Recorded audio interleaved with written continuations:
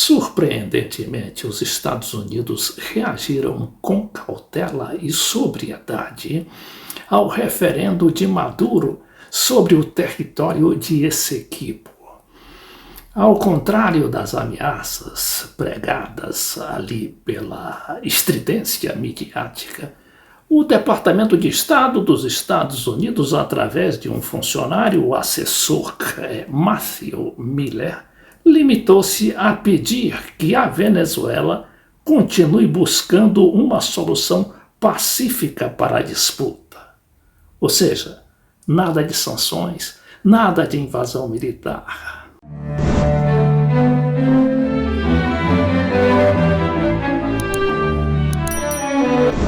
São os novos tempos da negociação política, como aqui temos insistido nesse espaço, e que a gente viu ali recentemente, né, que só foi através daquela negociação que a guerra entre Hamas e Israel teve aquela interrupção e já liberou grande parte dos reféns, dando aquilo um grande alívio, apesar do reinício das negociações. Mas assim mesmo a diplomacia demora.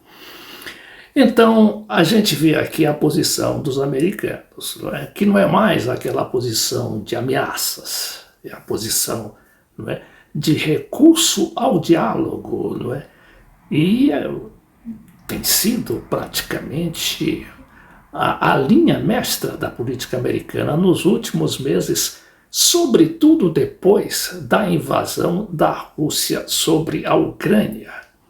A partir dali se criou uma nova situação internacional e os Estados Unidos se viu ali de repente, juntamente com a Europa, necessitados de fazer um diálogo com a Venezuela. Por quê? Porque a Venezuela tem ali aquelas reservas de petróleo que são de 500 bilhões de barris, reservas comprovadas. E a gente, só para fazer uma comparação, o total de reserva ali prevista para a Guiana,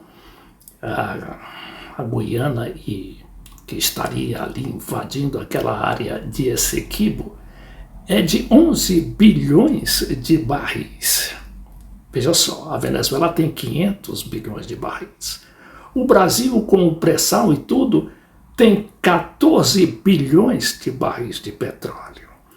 Então, é claro que a Venezuela, sendo um território ali bem perto, bem próximo aos Estados Unidos, que é mais importante é recorrer a esse petróleo mais próximo do que ficar na dependência da Rússia ou na dependência do Oriente Médio.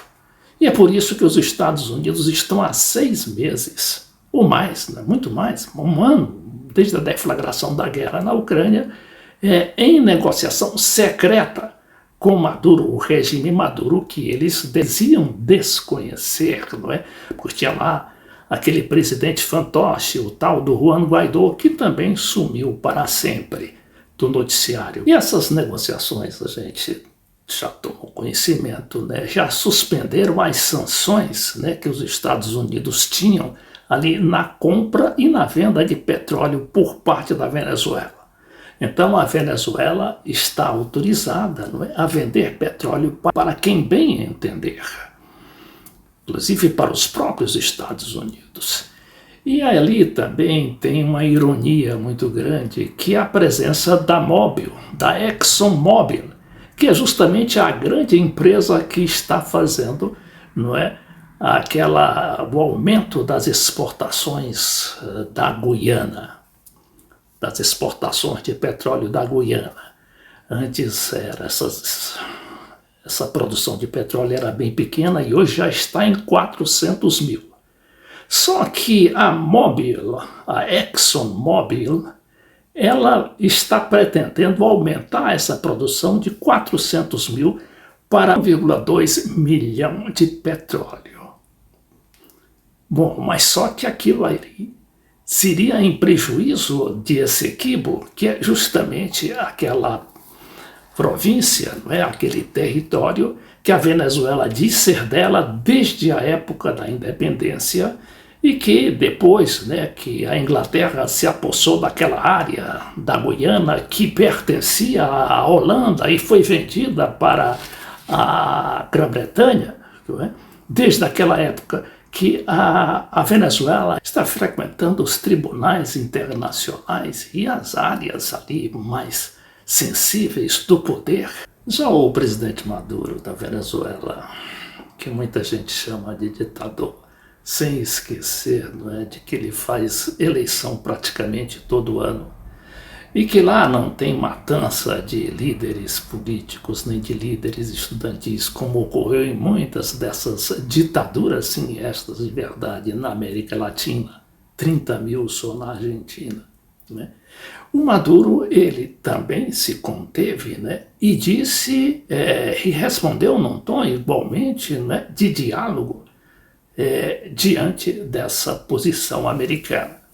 Então diz o Maduro que só aquele acordo de Genebra, segundo o qual, né, a questão da Venezuela e da Guiana, né, sobre Essequibo continua em aberto, ou seja, continua como um contencioso, então, e que as partes, não é, tanto Venezuela quanto a Guiana, sobre aquele território, têm que chegar a um entendimento.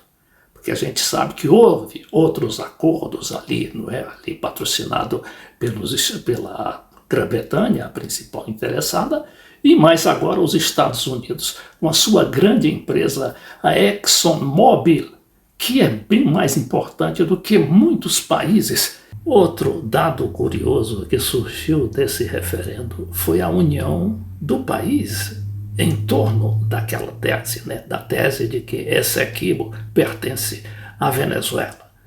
Tanto é que os candidatos à presidência da República, tanto a Maria Corina Machado, considerada, né, que a vitoriosa daquelas prévias eleitorais que indicaram o candidato da oposição, ela veio aqui no Twitter, ex-Twitter, hoje X, né, plataforma X, ela veio declarar o seguinte: agora devemos apresentar uma defesa impecável de nossos direitos ante a Corte Internacional de Justiça, com o concurso de nossos melhores especialistas e demonstrar que o Essequibo é da Venezuela.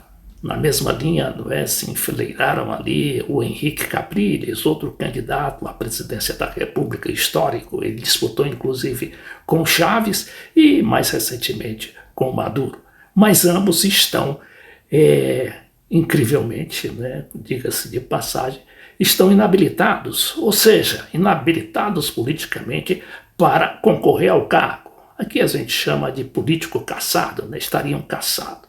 Mas não é bem assim, porque é também uma questão que está em negociação. Há uma mesa de negociação ali patrocinada pela Noruega, em que estão se entendendo, né, tanto o governo quanto a oposição considerada extremista, principalmente essa da Maria Corina Machado. E nessa negociação se chegou à conclusão de que ela, tanto a Maria Corina Machado quanto o Henrique Capriles, podem recorrer dessa decisão de cassação de seus direitos políticos.